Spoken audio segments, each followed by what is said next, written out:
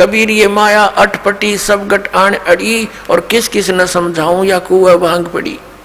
तो यहाँ हम सभी एक का कुएं का भांग पिए फिर रहे।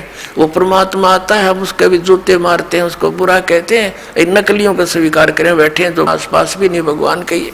अब कहने का दास का तात्पर्य है कि इस दास के स्थान पर ये सोच लो परमात्मा बैठे हैं, और फिर हम कैसे व्यवहार करेंगे उस भगवान से जिसके लिए हम तड़प रहे हैं। ऋषियों ने शरीर गाल दिए भगवान पाने के लिए, यदि वो मिल जाए तो हम उसका कैसे व्यवहार करेंगे। तो ये आपने रिहर्सल करनी पड़ेगी। इस दास को डला समझ लो, एक पत्थर समझ लो बोलता हुआ, लेकिन यहाँ नो सोच लो हम भगवान से मिलने जा रहे हैं। तो जैसा व्यवहार आप यहाँ करोगे ऐसा ही स्वप्न में आपका बनेगा। मृत्यु के बाद आपको ऐसा होगा जैसे स्वप्न, और वहाँ भगवान दास के रूप में पहले आपकी परीक्षा लेगा, बाद में ऊपर सेलेक्ट करेगा, ले जाएगा सतलोक। तो वहाँ जैसी भावना, जैसा अच्छा या बुरे विचार आपके इस दास के प्रति होंगे, आपके मस्तिष्क पर लिखे आएंगे वहाँ पर, क्योंकि वहाँ कोई रोल ना चल रहा है। या तो हम 100 बात छुपा लें, आपके मस्तिष्क पर लिखे आएंगे रिजेक्टेड और सिलेक्टेड, कहने की जरूरत को नहीं, बस वहाँ तो न्यू करना भगवान ने, फिर रह जाओगे वहीं से। फिर ठीक है, आपने जो भक्ति की है, पहले तो यदि गुरु जी के प्रति आपकी आस्था एज ए गॉड नहीं है तो भक्ति आपकी बनाए को नहीं, भक्ति चलेगी ही नहीं। आप सब साधना करते भी दिखोगे, फिर नो कि हमें कोई लाभ नहीं हो रहा, तो आपके अंदर भक्ति अंकुर वो फूटा ही नहीं। तो पुण्यात्माओं, कहने का भाव ये है कि जैसे आपको दास बताना चाहता है कि उपदेश लेने के बाद फिर आपने इस दास को परमात्मा के तुल्य समझना पड़ेगा। ये दास परमात्मा नहीं है, ये तो उसका कुत्ता है, आपको जगाने के लिए भेज रखा है। आप धनी हो भक्ति के, आप सोए पड़े हो, आपका जीवन नष्ट हो रहा है, चोरी हो रही है, धन लुट रहा है आपके श्वास रूपी पूंजी का, ये दास जगा रहा है डंडोरा पीट पीट के, आवाज लगा लगा कर। लेकिन आपके लिए परमात्मा का विधान है, गुरु गोविंद कर जानियो और रहियो शब्द समाए, मिले तो दंडवत बंदगी नहीं पल पल ध्यान लगावे। कि गुरु को भगवान मानकर चलना, और रहियो शब्द समाए। शब्द समाए रखना मतलब जो उसने मंत्र दिया है वो सत मंत्र, सतनाम यानी सत भक्ति, उसमें लीन रहना, गुरु जी को भगवान मानना, और जो उपदेश मंत्र दिया है उसमें समाये रहना, उसकी भक्ति पर ज्यादा ध्यान रखना। और जब भी मिले तो दंडवत बंदगी, जहाँ मिले वहाँ दंडवत प्रणाम करना, और नहीं मिल पाते हो जैसे घर पे तो पल पल ध्यान लगावे। यानी परमात्मा के गुणों को अपने गुरु जी के ऊपर लक्षित करे, और फिर आपका भाव बनेगा, एक प्यार जागेगा इस दास के प्रति जैसा इस काल के प्रति जाग्या था। और वही कसक आपकी इस दास के प्रति होगी, तभी हम वहाँ चलेंगे। जिस कसक के साथ हम वहाँ डटे नहीं डटे, तो ऐसा ही भाव। अब हम कैसे भावित होते हैं, जैसे एक हीरो या हीरोइन नकली बात बना के, एक तो उसने पढ़ा हुआ है फिर वो बोल रहा है, उसके एक दो डायलॉग पर हम आसक्त हो जाते हैं। वो हो बड़ा क्या बात कही, बड़ा सुंदर बोला, और यहाँ दास ने ऐसा पिटारा खोल दिया इन बोलों का, वचनों का। तो इस आधार से भी आपने प्रभावित होना चाहिए। जब आपकी आत्मा निर्मल हो जाएगी, कमाल कर दिया गुरु जी ने, तो ऐसे निर्णय करके ज्ञान दे दिया। तो हमने ऐसे प्रभावित होना है और आसक्त होना है उस परम पिता पर, इस दास के माध्यम से। ये रिहर्सल आपकी फिर ऊपर जाके काम आवेगी जो आप यहाँ करोगे। अब हम उसी प्रसंग पर आते हैं कि वहाँ परमात्मा ने कहा कि आप जाइए, मैं इन बच्चों को, इन आत्माओं को तेरे पास भेज दूंगा, पर अपने सिस्टम से भेज दूंगा। अब उस परमेश्वर ने हम सभी को सूक्ष्म रूप बना दिया। और पुण्यात्माओं, ये पौराणिक कथा हम सुनते पढ़ते हैं, वो झूठ नहीं है, लेकिन वो कहाँ तक हैं, वो किस स्तर की हैं, वो अलग बात है। तो उसमें बताया था कि एक राजा की लड़की विवाह के योग्य होगी, वो ब्रह्मा के लोक में चला गया ब्रह्मा जी से संयोग पूछने खातिर। वहाँ उसको कथा चल रही थी, वो सुनने लग गया। यहाँ कहते हैं तीसरा युग आ गया, द्वापर युग आ गया तीसरा। तो उसने पूछा जी मैं तो लड़की का संयोग पूछने आया था, योग्य वर कहाँ मिलेगा, कोई विधि बताओ हमारे को। तब ब्रह्मा जी ने कहा कि जहाँ से तू आया वहाँ तो अब तीसरा युग आ चुका है, द्वापर आ गया है। और सतयुग से आए हुए वो इतने लंबे लंबे थे, यानी 100 फुट ऊंची हाइट थी इन मनुष्यों की। सतयुग में 100 फुट थे भी ऊपर, 150 फुट हाइट के थे। द्वापर के प्रारंभ में ये 40 और 50 के आसपास, द्वापर के प्रारंभ में 40-50 के आसपास हाइट रह गई थी मनुष्य की। अब यही आपका गले उतरे नहीं, क्योंकि आपने देखे ही जितने 5.5-6 फुट, मैक्सिमम 7 फुट। कोई बात नहीं, ये अध्यात्म मार्ग है, पुण्यात्माओं फिर से पनप रहा है, फिर से अंकुरित हो रहा है यथार्थ ज्ञान, यथार्थ मार्ग। तो धीरे धीरे ये घर भी करेगा, स्थान भी बनाएगा। तो वो नीचे भेजा तो उसको बताया कि अब तो ये आपका वर होगा। अब वह लड़की तो 60-70 फुट की और वो 40 फुट का उसका वर, दोनों छोटा दिखा। कहते हैं बलराम नाम था कृष्ण का भाई। तो उसने हल मारा उसके कंधे पे लड़की के, वह छोटी होगी, उसके 70 में आएगी, फिर उनका ब्याह हो गया। अब इसको हम गलत भी नहीं समझे, हमने सिर्फ अपने अध्यात्म मार्ग को समझना है कि ये तो एक जन साधारण छोटी सी भक्ति शक्ति युक्त व्यक्ति ऐसे ऐसे काम कर दे, सातों समुद्र पी जा।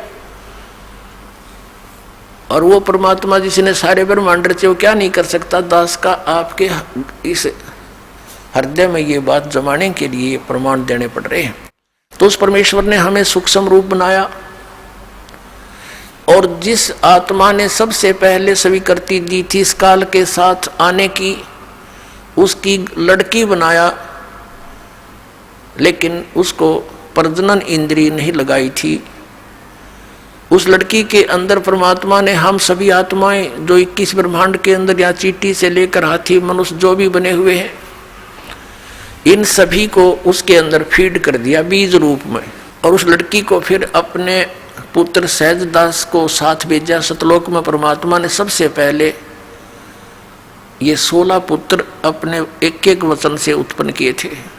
उनसे फिर अन्य व्यवस्था अपने आदेश अनुसार वो करवाते थे। तो सहजदास को भेजा उस लड़की के साथ और कहा बेटा जा उस ज्योत निरंजन सरपुरुष से कह देना कि जिन आत्मा ने तेरे साथ आने की स्वीकृति दी थी इस लड़की के शरीर में फीड कर दिया है। पुण्यात्माओं, आज से 20, 30, 50, 100 वर्ष पहले शायद हम नहीं मानते कि ऐसा हो सकता है। अब विज्ञान ने हमारा ये मार्ग बहुत आसान कर दिया है। जैसे ये देखते हैं, कोई टेस्ट कराता है कि आपके 1 ग्राम खून में इतने करोड़ जीवाणु होने चाहिए, इतने लाख, और वो इतने कम है, इतने होने चाहिए। यानी 1 ग्राम ब्लड में और लाखों की संख्या में जीवाणु होते हैं। और कितना ब्लड आपके अंदर, हमारे शरीर में कितने जीवाणु हैं, वो सभी आत्माएं हैं। तो ऐसे वो फीड कर दिया इस लड़की के शरीर में। और ये कन्या थी, परमात्मा ने कहा जा निरंजन के पास छोड़ के आ सहजदास। सहजदास ने आकर के लड़की को ज्योत निरंजन के हवाले कर दिया और उसको बता दिया कि इसके बॉडी के अंदर परमात्मा ने वो सभी आत्माएं फीड कर दी हैं। और परमात्मा ने कहा बेटी तू जितने जीव कहेगी उत्पन्न करना चाहेगी कर सकती है, जितना वो कहे उतने जीव उत्पन्न कर देना, वो नर आकार में या जैसे भी पशु पक्षी तू जैसे भी चाहेगी वो एक बार कल्पना करना, वैसे ही रूप धारण कर तेरे शरीर से बाहर आते ही वो ऐसा रूप धारण कर लेंगे। अब यहाँ भी बात बहुत समस्या आ जाएगी आपको कि ऐसे कैसे हो गया। हम छोटे से जादूगर को देखा करते थे, बालक थे तब। जादूगर आता था, एक मुख में छोटा सा कंचा डालता था, ये अंटे खेला कर बालक, गोली सी होती है कांच की, उनको 1, 2, 3 छोटी छोटी मुख में डालता था और फिर थोड़ी देर में डो करके और पत्थर काट देता। बता, वो तो एक जादूगर है, एक सिंपल। ये जादू जितने भी ये आध्यात्मिक यहाँ की जो ओटपटांग सी क्रियाएं हैं ये सारी गॉड पावर से होती हैं। और ये क्या करते हैं कि वो पहले भक्ति सिद्धियाँ करते हैं तो परमात्मा से ही कुछ पावर ग्रहण कर लेते हैं, उसका ड्रामा बना लेते हैं, बस इतनी सी बात है। और उस मालिक ने सारा कुछ रच रखा उसके पास, तो वो खान है उस शक्तियों की, खान यानी वो तो एक पूरी स्टॉक है मालिक, पूरी पावर है उसके अंदर, वो कुछ भी कर सकता है। और कहा कि बेटी तू जितने भी जीव वो कहे तो उत्पन्न कर देना। और ऐसा ही कहकर ज्योति निरंजन काल को समझाकर सहजदास लड़की को वहां उसके ब्रह्मांडों में छोड़कर वापस आ गया। अब युवा होने के कारण लड़की का रंग रूप निखरा हुआ था। परमात्मा ने यह परीक्षा लेनी चाहिए थी कि ये यहाँ रहने योग्य भी है कि नहीं। ये ज्योति निरंजन इसने यहाँ पहले तो ये फंड किया, एक पैर पे खड़ा होकर बकवाद शुरू की, या रहा नहीं गया इसके ऊपर, क्योंकि ये तीन जने, एक अचिंत, एक ये अक्षर पुरुष और ये सर पुरुष, ये तीनों अचिंत के लोक में परमात्मा ने रहने को कह दिया था। इस द्वीप में रहो तुम एक गर्भ में, और बाकी सभी हम आत्माएं उत्पन्न कर दी थी, सबको अलग अलग व्यवस्था कर दी थी।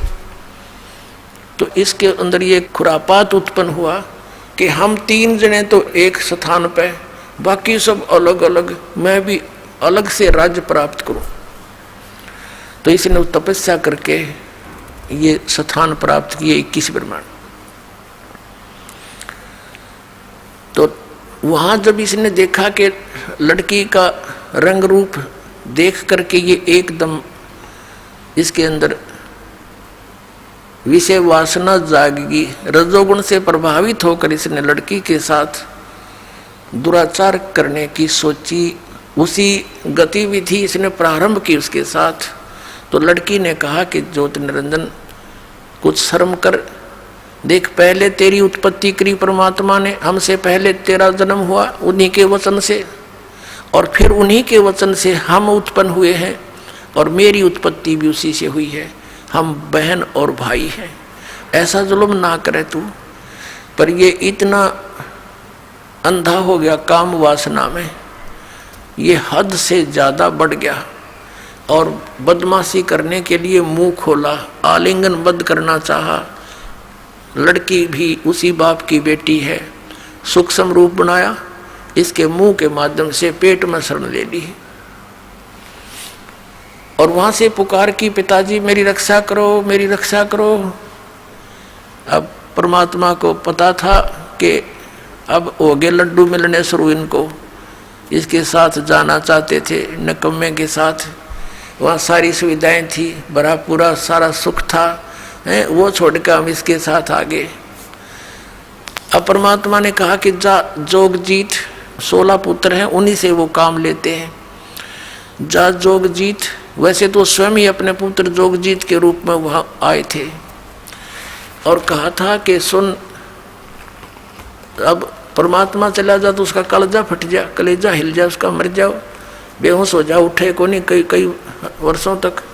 तो इसलिए अन्य अपने पुत्र का रूप बनाकर, जोगजीत का रूप बनाकर परमात्मा उसके लोक में प्रकट हुए और कहा, ज्योति निरंजन तूने जुल्म कर दिया, तूने यहाँ का विधान तोड़ दिया, और ऐसे जुल्म करने वाले व्यक्ति को यहाँ पर ये सजा मिलती है कि आज से तू 1 लाख मानुष शरीरधारी प्राणियों का आहार करेगा और 1.25 लाख की उत्पत्ति किया करेगा।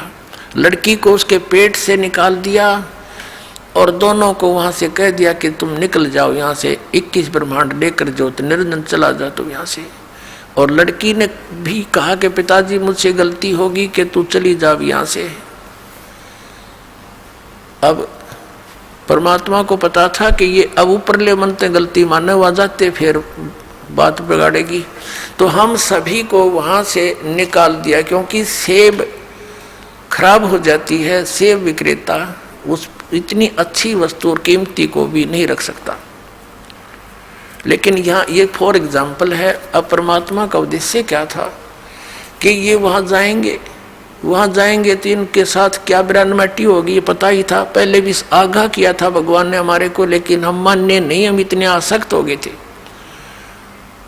तो 21 ब्रह्मांड वहाँ से चल पड़े, जैसे विमान चलता है 16 शंख कोश की दूरी पर सतलोक से आकर ये यहाँ पर चक्कर काटने लगे परमात्मा के आदेश अनुसार। पुण्यात्माओं, दास एक जूनियर इंजीनियर सिविल की सर्विस किया करता था, और वहाँ एक सरकारी कार्य चल रहा था कंस्ट्रक्शन का। वहां एक बहन भी मजदूरी करने आई हुई थी और उसके 2 बच्चे थे।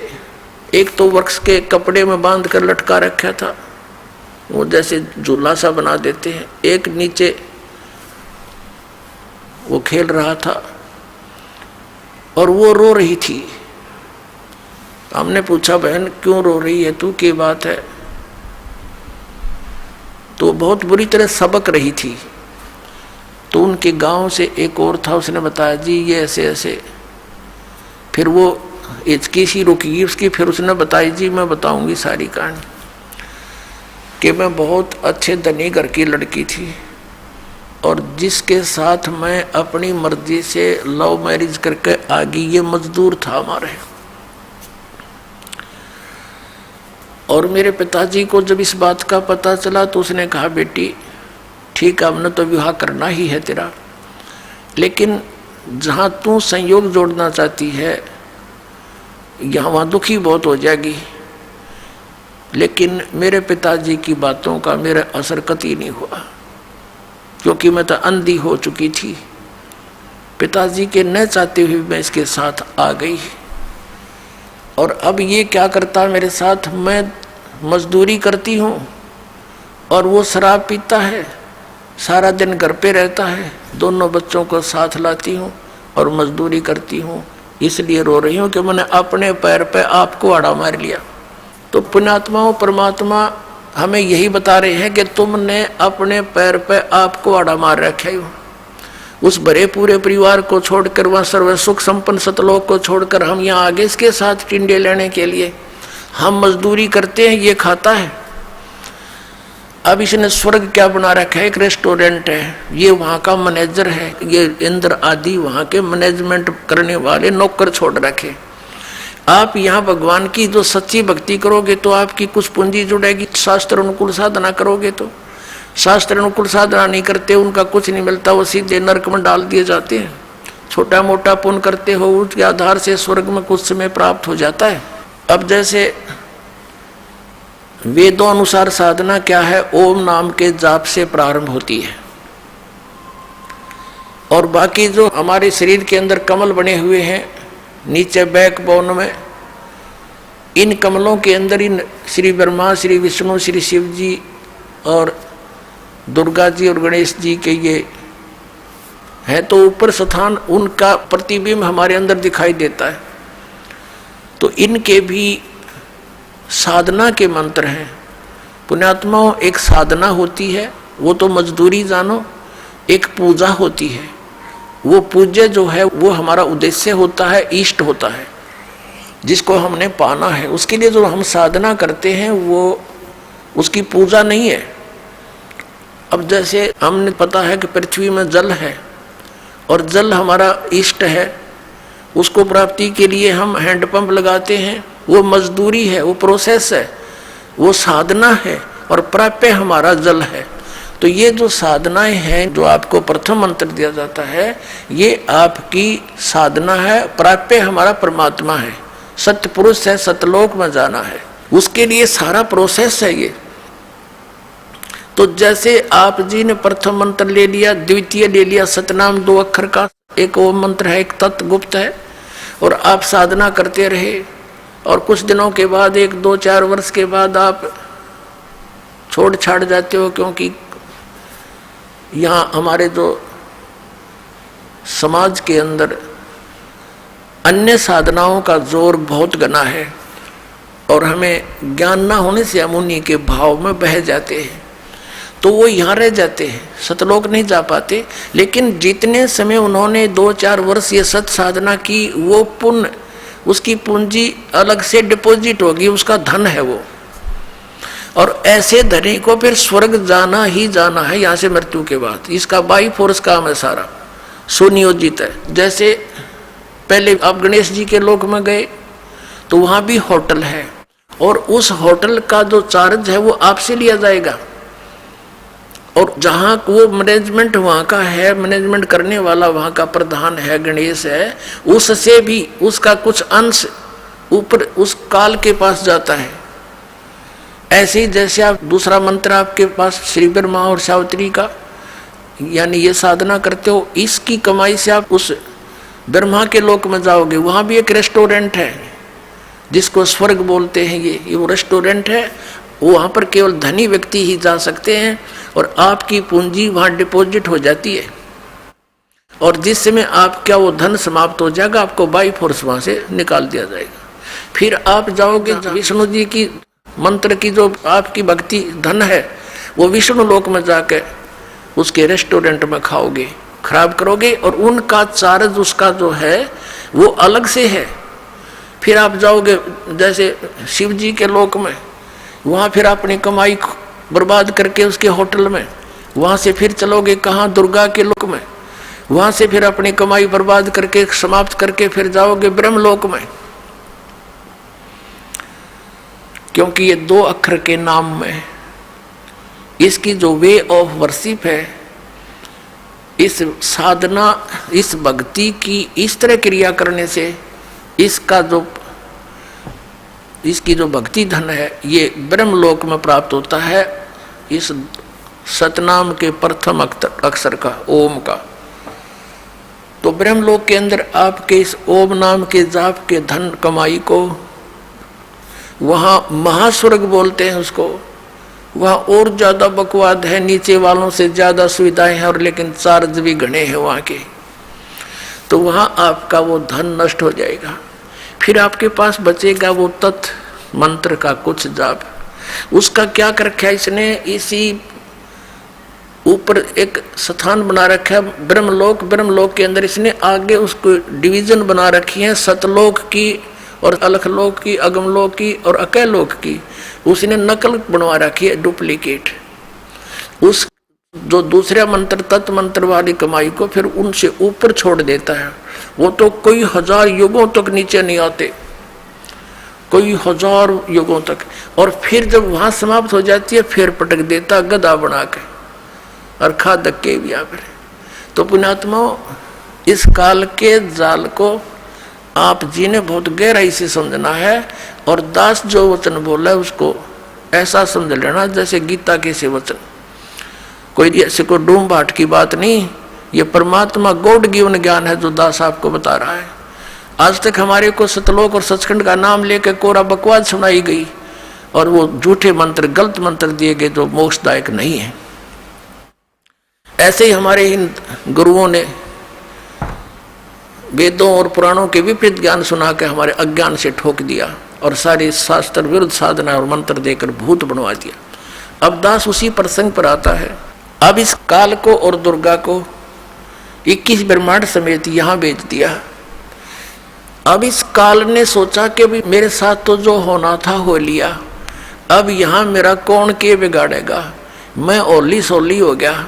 लेकिन परमात्मा ने इसको कह दिया था, इसका विधान बना दिया था, और पहले ये वचन ले लिया था कि तू इन आत्माओं को दुखी ना करना।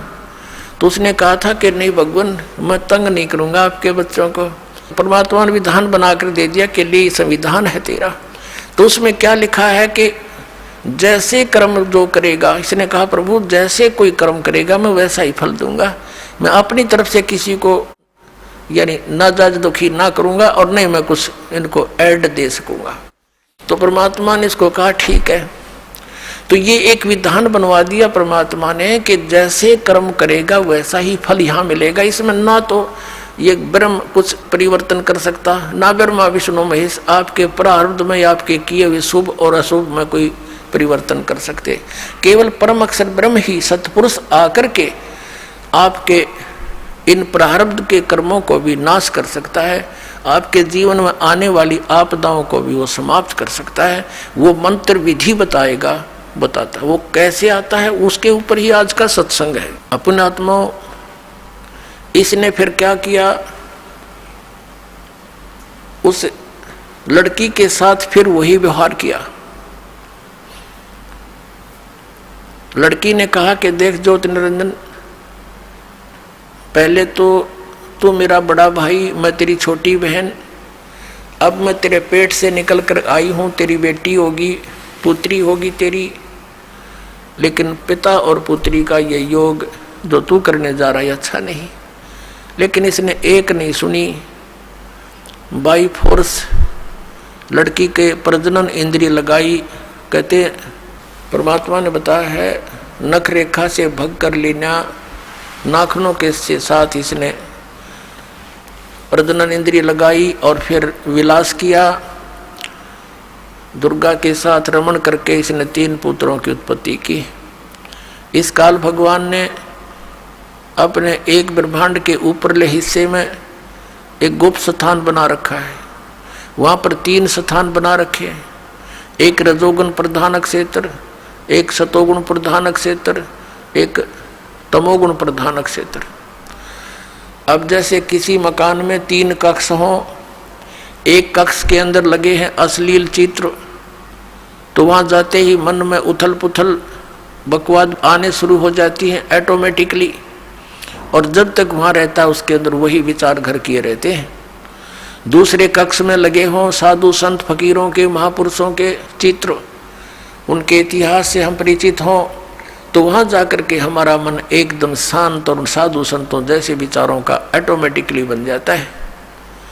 और तीसरे कक्ष में लगे हों सूरवीर शहीदों और देशभक्तों के चित्र, तो वहाँ जाकर अपने मन में वैसी ही भावना बनती चली जाती है। ठीक इसी प्रकार इस काल ने, इस ब्रह्मा विष्णु महेश के पिता ने अपने एक ब्रह्मांड के ऊपरी हिस्से में बीच में बहुत बड़ा गैप दे रखा, जिसको वैक्यूम बोलते हैं, शून्य बोलते हैं। वह कोई नहीं जा सकता इसकी रजा के बिना। तो वहाँ इसने क्या कर रखा है, एक रजोगुण प्रधान क्षेत्र बना रखा है, जैसा आपको बता इस टाइप का।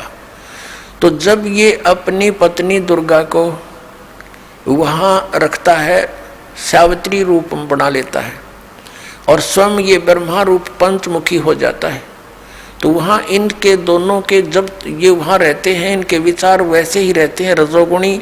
इनके संयोग से दोनों से जो पुत्र उत्पन्न होता है वो उन्हीं गुणों के युक्त हो जाता है।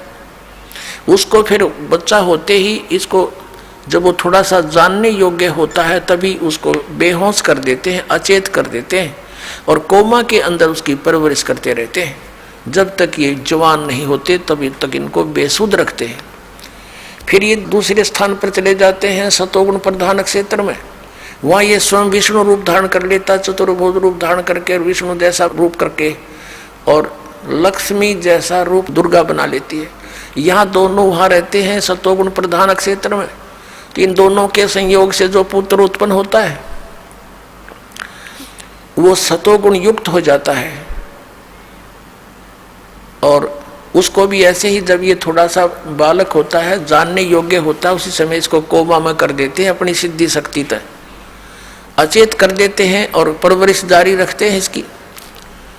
ठीक इसी प्रकार ये तीसरे स्थान पर जाते हैं जो तमोगुण प्रधान क्षेत्र है। वहाँ ये क्या करता है, ऐसा रूप बना लेता है जैसा आप शिव का देखते हो चित्रों में, और अपनी पत्नी को पार्वती रूप बना करके दुर्गा को वहाँ से रखता है। इन दोनों के संयोग से, पति पत्नी व्यवहार से जो पुत्र उत्पन्न होता है वो उन्हीं गुणों से युक्त हो जाता है। उसको भी फिर बेहोश कर देते हैं और परवरिश जारी रखते हैं। जब ये तीनों युवा हो जाते हैं, ये सब कार्य ये सुनियोजित तरीके से और गुप्त और धोखे में रखकर करता है, ताकि कहीं किसी जीव को पता ना लग जा मेरे काले कारनामों का।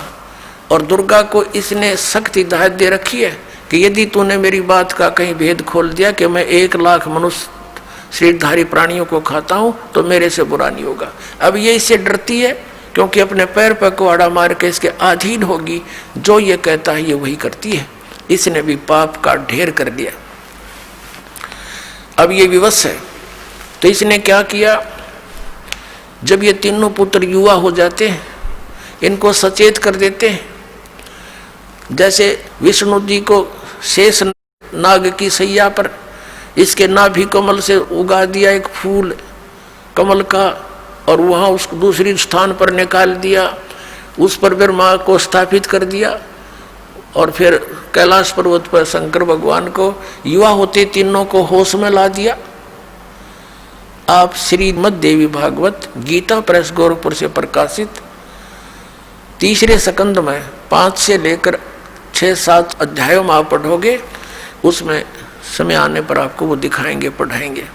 उसमें क्या बताया है कि ब्रह्मा जी बताते हैं अपने पुत्र नारद को, जब उसने सृष्टि उत्पत्ति का कारण पूछा कि बताया कि बेटा नारद के बताऊं, मैं तो कमल के फूल पर अचेत पड़ा था, जब मैं सचेत हुआ तो मुझे नहीं मालूम इस अथाह जल में मैं कहाँ से आ गया, मेरा कौन जनक है, मैं किसने पैदा कर दिया। फिर मैं उस डंठल पकड़कर कमल की नीचे उतरना चाहा कि देखूं ये कहाँ तक है, तो मैं कई वर्षों तक घूमता रहा, कुछ नहीं पाया, मैं डर के वापस जा बैठा। आकाशवाणी हुई तप करो तप करो, तो मैंने 1000 वर्ष तप किया। फिर आकाशवाणी हुई कि अब सृष्टि करो। अब ये काल क्या करता है, इनको पहले तो चार्ज करता है, बैटरी चार्ज करवाता है इनकी, तब करवा के सिद्धियां आ जाती हैं, फिर रिमोट अपने हाथ में रखता है। फिर इसने सोचा सृष्टि कैसे करूं, तो उसी समय इस काल ने अलग से मधु और कैटब नाम के 2 प्राणी और दुर्गा से उत्पन्न करवा दिए। वो दोनों राक्षस ब्रह्मा को मारने के लिए दौड़े, ये डरता कमल के डंठल पकड़ कर नीचे को भाग लिया, सपीटता नीचे उतरने गया। आगे आके क्या देखा कि विष्णु जी बेहोश पड़े हैं। अब वो घबरा गया, अब क्या करूं, ये उठा नहीं, कैसे जगाऊं इसको। तो उसके अंदर से कहते हैं एक देवी निकली, वह भूतनी की तरह बेहोश कर रही थी दुर्गा, आकाश में दिखाई दी, और उसके बाहर निकलते ही, शरीर से बाहर निकलते ही विष्णु जी होश में आ गए। फिर उसने मधु कैटब को मारा। कुछ देर के बाद शिव भी वहीं आ गया, इवन करने थे इकट्ठे, वो कर दिए। और फिर उनको विमान में बैठा कर ऊपर घुमाया फिराया। ऊपर क्या देखा कि एक ब्रह्मा और देखा। विमान में बैठे हुए विष्णु और शंकर ने, ब्रह्मा जी कहते हैं, मुझसे पूछा कि चतुरानंद ये दूसरा ब्रह्मा कौन है। मुझे तो पता नहीं ये कौन है। इतने में हमारा विमान दूसरे स्थान पर चला गया। वहां क्या देखा, एक त्रिनेत्रधारी शिव और निकला, नंदी वृष पर बैठा था। उसको देखकर शिव हमारे साथ बैठा था, काल का पुत्र शिव, उसका सिर चक्कर खा गया कि और शिव कौन है। फिर हम गए तीसरे स्थान पर, वहां एक और विष्णु बैठा था। ऊपर एक उसके साथ लक्ष्मी भी बैठी थी, बड़ा वैभवशाली उसका मकान था, बड़े सुविधाएं उपलब्ध थी। अब उसको देखकर विष्णु का चक्कर आ गया कि ये दूसरा विष्णु कौन है। विमान में बैठे बैठे दिखा रही है दुर्गा। उस काल ने कहा था कि जब तुम्हारे भ्रम हो जा, क्या स्थिति है तुम्हारी, इनसे परिचित करा दें, तुमसे ऊपर कोई और भी है। फिर वो विमान पहुंच गया दुर्गा के स्थान पर। ये दुर्गा आगे जाकर बैठ गई एक पलंग के ऊपर। तो वहां इन्होंने कहा था, देखा जब सारा के विष्णु ने कहा कि ओहो मुझे कुछ याद आता है, मैं जब छोटा सा बालक था ये मुझे पालने में झुला रही थी, ये अपनी माता है, मैं अपने अंगूठों को मुख में देकर चूस रहा था, ये अपनी माता है। तो उसने क्या बताया कि फिर उनकी स्तुति की, तुम शुद्ध स्वरूपा हो, हम तो आपके ही प्रभाव से वर्तमान है, हम अनित्य हैं, हमारा आविर्भाव मन जन्म, हमारा और तिरोभाव मन मृत्यु होती है, आप ही सर्वेश्वरी हो, आप ही नित्य हो, प्रकृति वैसे ऐसे। तो कहने का भाव ये है पुण्यात्माओं, ऐसे इस काल की सृष्टि प्रारंभ हुई और उसके बाद ये सब संसार उत्पन्न हुआ। जब प्रथम सतयुग का आधा जा चुका था, उस समय देखा कि हाहाकार मच गया। तपस्या के ऊपर नीचे तो शांत नजर आता था, लेकिन सतयुग के प्रारंभ से मध्य के बाद में कुछ अंतर हो जाता है। तो तब परमात्मा आए थे तपस्या पर खड़े हुए। अब ये बैकग्राउंड बनाई है पुण्यात्माओं, ये बताने के लिए कि ये मजहब और धर्म अब क्यों बने, ये पहले क्यों ना बने। और ये नकली पंथ इतने चाल गए सतलोक करके, ये पहले कहाँ गए थे। ये काल का सुनियोजित जाल है हमें डिवाइड करने का, हमारे को एक दूसरे के साथ लड़ाई रखने का, अपनी अपनी साधना और अपने इष्ट को सर्वश्रेष्ठ मानकर हम एक दूसरे से खसते रहते हैं, अशांति पैदा करे रखते हैं। घर घर में आप देख लो ये कैसे जुल्म करवाता है, कैसी इसने व्यवस्था करवा रखी है। 2 रोटी बनानी और खानी है, उसी में सारा दिन अटपट रहती है। तो ये चाहता है इनको जितना दुखी कर सकूं उतना कर दूं, और परमात्मा चाहता है मेरे बच्चों को जितना सुखी कर सकूं यहाँ भी कर दूं। लेकिन ये सुख सथल नहीं है। फिर भी यहाँ का जो सुख है वो परमात्मा कबीर जी ही दे सकता है। आपको सद्बुद्धि देगा, आपके हृदय में आकर इतनी दृढ़ता देगा, एक दूसरे को सहनशील बनाएगा और धीरे धीरे आपको शांति पैदा कर देगा। पूरे विश्व में ये शांति होगी, इस मार्ग को स्वीकार करना पड़ेगा।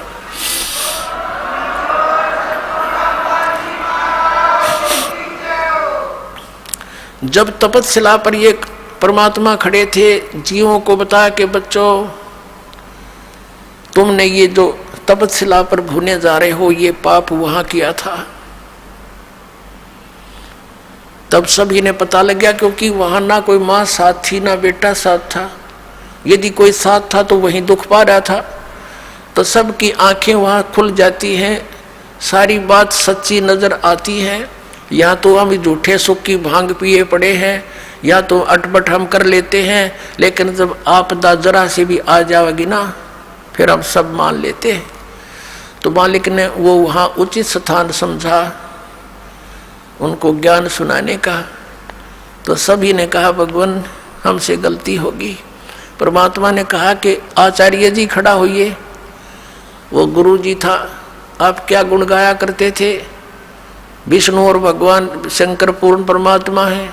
तुम कहते थे भगवान निराकार है, वो परम ब्रह्म निराकार है। तुम परम ब्रह्म से परिचित नहीं, तुम काल को परम ब्रह्म मान रहे हो। ये सरपुरुष को, ये तुम्हारा शत्रु है, तुम्हें खा रहा है। ये निराकार नहीं है, ये अव्यक्त है। अव्यक्त माने प्रोक्ष है, गुप्त है। ये खुद कहता साथ में जाए के गीता जी में 24 और 25 श्लोक में कि मैं अपनी योग माया से छुपा रहता हूँ, मैं किसी के समक्ष नहीं आता।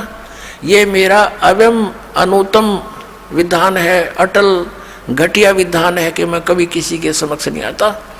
जैसे सूर्य के बीच में बादल आ जाते हैं, लेकिन सूर्य अव्यक्त हो गया, निराकार नहीं है, ऐसा समझो। तो परमात्मा ने कहा कि अभी दिखाता हूं तुम्हारा वो अव्यक्त। ये सब खेल परमात्मा कर रहे थे। अब उस ज्योति निरंजन ने सोचा अपने टाइम अनुसार के वो जीव जा चुके होंगे, इतने समय में उनकी पूरी वह सब्जी सी पक लेती है। और वो आकर क्या देखा, काल ने क्या देखा कि ये और कौन आ खड़ा हुआ यहाँ पर। उसका ध्यान तो परमात्मा में हो गया और वो परमात्मा ने कहा उन जीवों को कि देखो भाई, वो है तुम्हारा भगवान जिसको तुम निराकार बताते हो कि वो फिर शिव और विष्णु रूप में साकार है, वैसे वो निराकार है। ये यहाँ भी साकार है। ये देखो उसकी शकल, ओछा माथा, लंबे दांत, और ये विराट रूप बना सकता है क्योंकि ये 1000 कला का भगवान है। और जिनको तुम परमात्मा मानते हो विष्णु और शंकर को, वो 16 कला के भगवान है। और मैं जो है असंख्य कला का भगवान हूँ, असंख्य कला का। अब सब जीवों ने देखा उसकी शकल तो डर लग गए, काल की शकल ऐसी। तो उन्होंने कहा हे भगवान हमसे भूल होगी, हमको माफ कर दो दाता, हमें ले चलो वापस, हम फिर गलती नहीं करेंगे। परमात्मा कहते हैं थोड़ा सा सुख होते तुम भूल जाते हो, अब आपत्ति में मुझे याद कर रहे हो। जरा सा सुख होते तुम फिर कभी याद नहीं करते। और पुण्यात्माओं तुम वहां से भक्ति युक्त आए थे, अब तुम भक्तिहीन हो गए हो। वहां जाने के लिए आपको भक्ति धन की जरूरत पड़ेगी, उतना ही चार्ज होना पड़ेगा जितना तुम आए हो वहां से होकर। उसके लिए मैं तुम्हें सतनाम दूंगा और फिर दूंगा सार नाम। उस सतनाम की इतनी जबरदस्त चार्जिंग है कि एक यानी सच्चे all in all respect, in all respect, यानी पूर्ण रूप से मर्यादा में रहते हुए, हर तरह से विनम्र भाव से, सच्ची आत्मा से, इस सतनाम का 2 अक्षर के मंत्र का एक सिमरन इतना कीमत रखता है कि यहाँ के 14 लोग एक तरफ रख दें तराजू के उस तखड़े में, पलड़े में, और एक तरफ यह कीमत रखते हैं। और ये पृथ्वी लोक, स्वर्ग लोक और पाताल लोक तो पासंग रख दे, जिसकी कोई सौदे में नहीं होता उसको पासंग कहते हैं। अब हम कितने धनी थे भक्ति के, और हमने सारे जीवन में इतनी भक्ति करनी पड़ेगी, श्वास उश्वास का सिमरण करके वो भक्ति धन फिर ग्रहण करना पड़ेगा। और उस भक्ति की शक्ति से, उस भक्ति के बल से हम इतने स्पीड से वहां जाएंगे कि काल देखता रह जाएगा। तो वो भक्ति कहता मैं दूंगा तुम्हें वहां जा करके, और मेरा जो सतनाम 2 अक्षर का होगा उसका जाप करना, पूरी विश्वास के साथ लगे रहना। जब तुम जाए धरो जग देहा, तब तुम करना मम सत शब्द स्नेहा। परमात्मा ने कहा था जब तुम मानुष शरीर मिले जो संसार में, तब मेरा कोई संत इस सतनाम का सच्चा ज्ञान देता हुआ मिल जाए तो वो ग्रहण कर लेना, उसकी भक्ति करना बेटा, फिर तुम्हें ला सकता हूँ। मेरा इसका वचन हुआ था, तुम सब इच्छा से आए हो और सब इच्छा से ही वापस जा पाओगे। तो पुण्यात्माओं, ये सारे ज्ञान देने का, ये सारा आत्म ज्ञान सुनाने का तात्पर्य ये है कि आपकी यहाँ से आत्मा आस्था हटे, और यह हटेगी क्योंकि ये ज्ञान इतना सत्य है। आप यहाँ रहते हुए भी आपकी आत्मा यहाँ नहीं रहेगी, एक दिन ऐसी स्थिति आ जाएगी जब तक आप मोक्ष के लायक नहीं होंगे। फिर क्या होगा?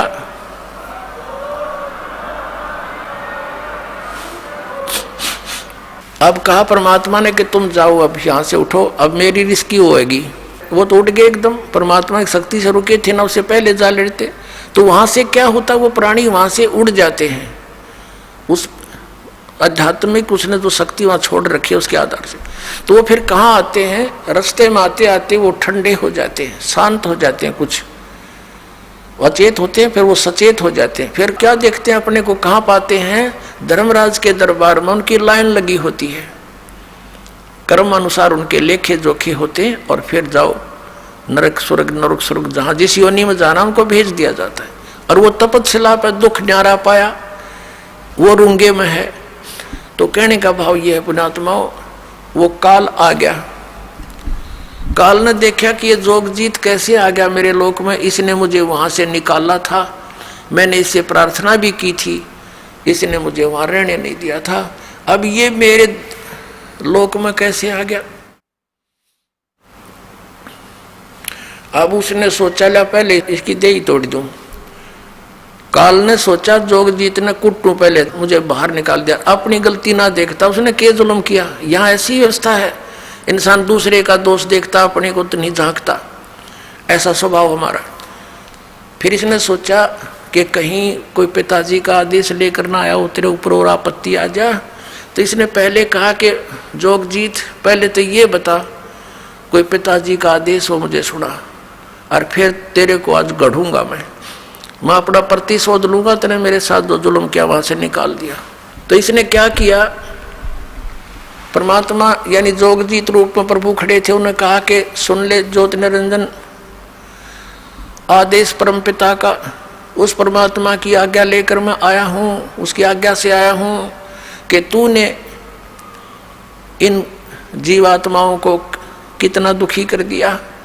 तेरे साथ आए जब इनका क्या स्वरूप था, आज किसी को गधा बना दिया, किसी को कुछ बना दिया, तूने जुल्म कर दिया और भगवान का नामो निशान मिटा दिया। तू ये अटपट साधनाओं पर लगा दिया सबको, तू खुद भगवान बन बैठा है यहाँ पर।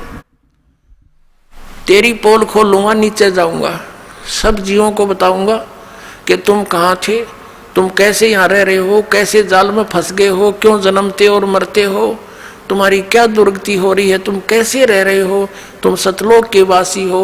उनको एक गुप्त मंत्र दूंगा जो भगवान ने दे रखा है, और उसकी मंत्र की कमाई का आगे तेरी पार ना बसाओ। जिसके पास वो मंत्र होगा तो उसके निकट नहीं जा सकता ज्योति निरंजन।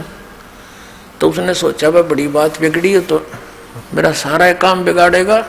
तो कहते हैं एकदम कहा कि जोगजीत तू जाके देखा नीचे, तन बनाऊं ठीक, उसके ऊपर टूट के पड़ा। अपने आत्माओं वेद बताते हैं कि वो परमात्मा सतलोक से चलकर आता है और नीचे अपनी अच्छी आत्माओं को मिलता है, उनको ज्ञान सुनाता है। उन पुण्यात्माओं में से कौन कौन थे जिनको भगवान मिला, और जिन्होंने साधनाएं करके अपने गोड्डे रगड़ दिए उनको नहीं मिला, वो कितनी पुण्यात्मा होंगी। कौन कौन थे इस कलयुग में दास जिनसे परिचित है? आदरणीय धर्मदास साहिब जी, आदरणीय मुलुकदास साहिब जी, आदरणीय नानक साहिब जी, आदरणीय दादू साहिब जी, आदरणीय गरीबदास साहिब जी, गांव छुड़ानी जिला जज्जर हरियाणा वाले, आदरणीय घीसा दास साहिब जी, गांव खेखड़ा जिला मेरठ उत्तर प्रदेश वाले। उनमें से आदरणीय धर्मदास साहिब जी को परमात्मा इस कलयुग में मिले थे।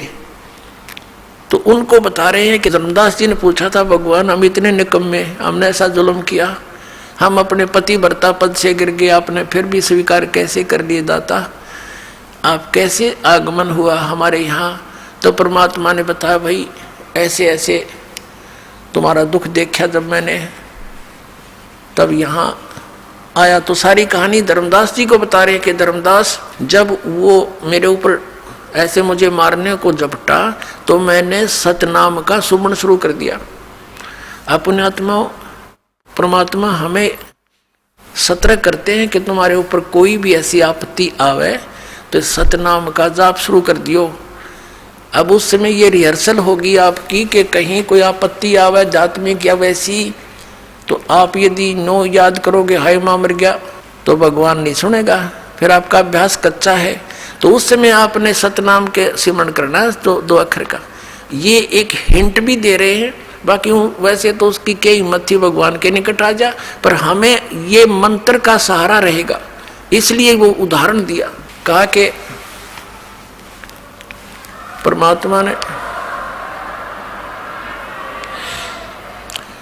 परमात्मा ने हमें सतर्क किया कि तुम्हारे ऊपर कभी ये अटैक करता दिक्कत, ये सिमरण कर दिया, इसका कालजा पाट जाएगा, निकट नहीं आ सकेगा तुम्हारे भूत प्रेत ये कुछ भी, ये तो सौदा के है। जो इस सिमरण का सच्चे मन से पूरी मर्यादा में रहते सिमरण करते रहोगे। तो कहता परमात्मा ने कहा कि मैंने सतनाम का सुमरण कर दिया धर्मदास, ये ऐसे गिर गया, नीचे गया पाताल के नीचे, पाताल में पहुंच गया, इतना भयभीत हो गया।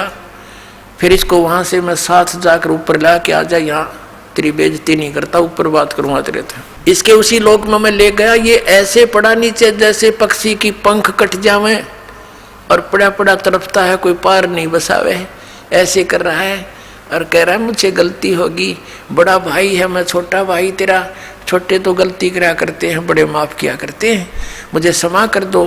धर्मदास मेरे पैर पकड़ दिए इस काल न आकर के, माफ कर दो, मैं तेरा छोटा भाई, मैं तो आपको पिता के समान समझता हूँ। तब मैंने इसको कहा ठीक है माफ कर दिया। फिर इसने मेरे से क्या कहा कि हे भगवान, यहाँ कुछ वस्तु ऐसी है जो मुझे अभाव है, आप वो मुझे दान में दे दो, दान में। परमात्मा ने कहा था कि बोल क्या मांगेगा, कैसे नहीं वचनबद्ध हो जाओ। तो परमात्मा ने कहा कि ठीक है मैं वचनबद्ध हो गया। तब इसने कहा था कि 3 युगों में जीव कम ले जाना, सतयुग त्रेता द्वापर में, और चौथा युग जब कलयुग आवे तब शरण जीव बहुत जावे, ऐसा वचन हर मोय दीजे, तब तुम गमन संसार ही कीजे। इसने कहा था भगवान 3 युगों में जीव कम ले जाना, चौथे युग में जब कलयुग आवे तो कितने जीव ले जाना, ये मुझे वरदान दे दो।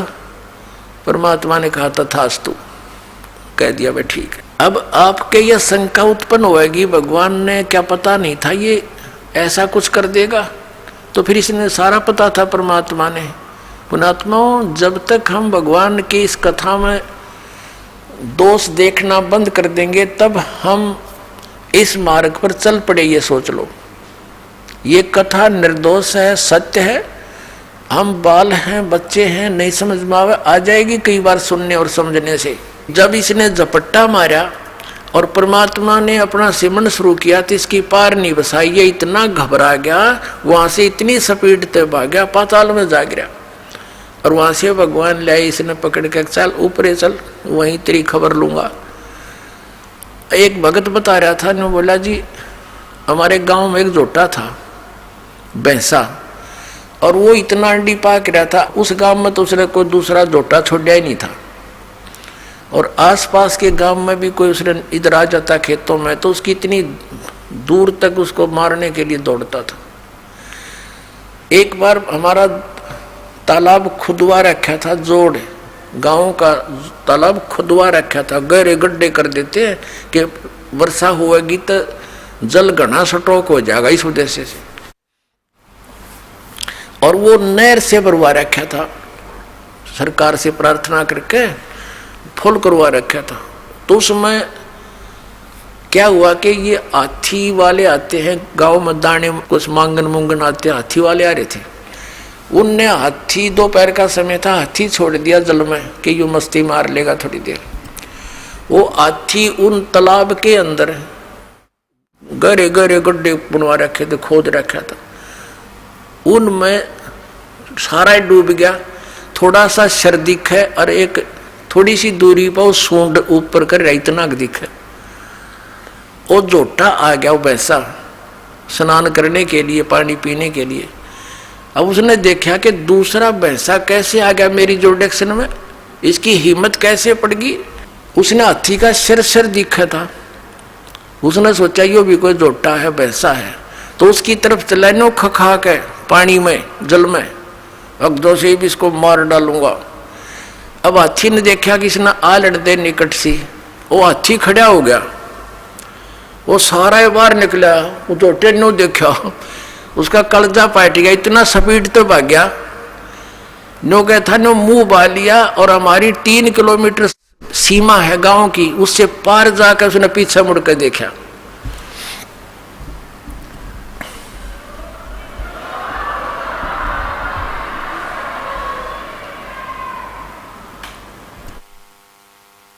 अब कहने का भाव यह है दास का कि उस समर्थ के सामने इस काल की ऐसी स्थिति जानो।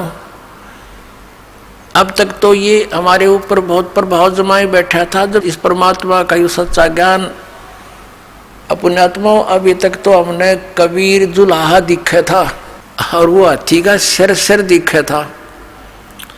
अब ये जुलाहा सारा बाहर निकला, इन्होंने सोच लो कलजा पाट जाएगा इसका काल का।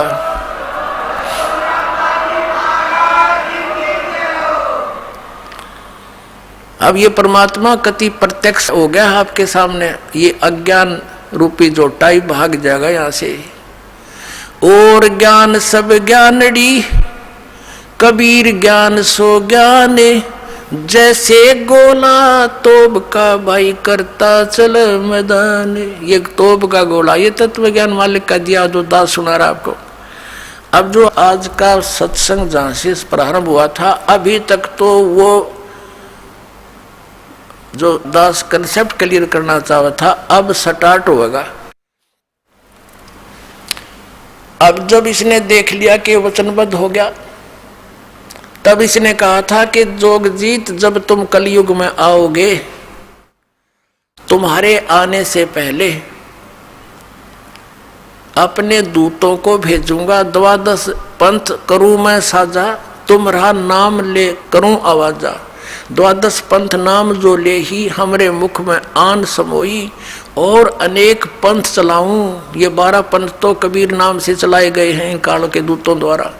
और अनेक पंथ चलाऊं, या विद जीवों को भरमाऊं। वो अनेक पंथों में आते हैं, ये निरंकारी पंथ, ये सतपाल वाला पंथ, देश वालों का पंथ, निरंकारी पंथ, ये सच्चा सौदा सरसा जगमाल वाले, ये गंगवा पंगवा सारे, और ये दनोद वाले और जय गुरुदेव वाले, ये सारे काल के पंथ हैं। वहां तक कोई शरण पैर, और इतने बुद्धिमान व्यक्ति, एजुकेटेड, बड़े बड़े IAS IPS हैं, और वहां बैठे गुग्गू बने उनके पास, कक्का पता नहीं इनके गुरुओं ने।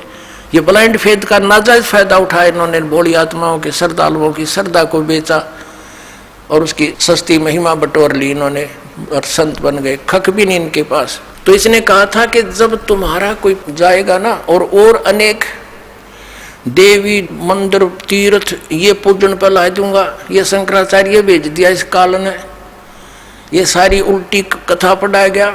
जीव ही भगवान है, बता कोई विधान है इसका? फिर भक्ति किस लिए करे? फिर तो कुत्ता भी भगवान है। और फिर क्या कहते हैं, तीर्थ बनवा दिए। बोले एक बार हिमालय में जा रहे थे, ये पांडव तपस्या कर रहे थे, वहां भगवान आ गया भैंस रूप में, और भीम ने भागकर सोचा लिया पकड़ लूं इसको, भैंस अच्छा दूध पीऊंगा, दूध वाली दिखा है। तो कहते भगवान समान लाग गया धरती में, और पिछला हिस्सा भीम ने पकड़ लिया, ताकतवर था वहीं रोक लिया भगवान। बताओ किसा भगवान था जो भीम तो रोक गया। और फिर कहते हो पिछला हिस्सा जो है ना, बैक पृष्ठ भाग तो वहीं पत्थर का बन गया, बाकी निकल गया, प्रवेश कर गया। अगर भाग नेपाल में जा निकला, वहां पर पशुपति का मंदिर बना दिया, और वहां पर वो केदारनाथ बना दिए। अरे भले आदमियों, कहते फिर वो पिछला हिस्सा पत्थर बन गया ना भैंस का, वो पांडवा ने पूजा, फिर वो टट्टी पेशाब का पोर्शन पांडु पूजन ला दिए।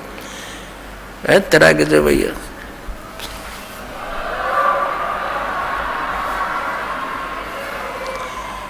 अब ये सारा जाल इस काल ने फैलाना था। तब इसने कहा था कि इतने मजहब बना दूंगा, आपस में लड़े कटेंगे, ज्ञान किसी को होगा नहीं, ऐसे संत भेज दूंगा जो भ्रमित करके आवेंगे। तब परमात्मा ने कहा था कि तू अपना काम करी और मैं अपना करूंगा।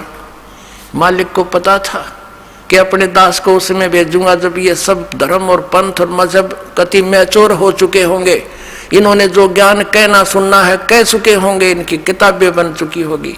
फिर मेरा दास जाएगा और उनको सबको तत्व ज्ञान के तोल कर रख देगा, सत्य और असत का निर्णय करके सब मेरे बच्चों को मेरी शरण में लाएगा। बोलो सतगुरुदेव।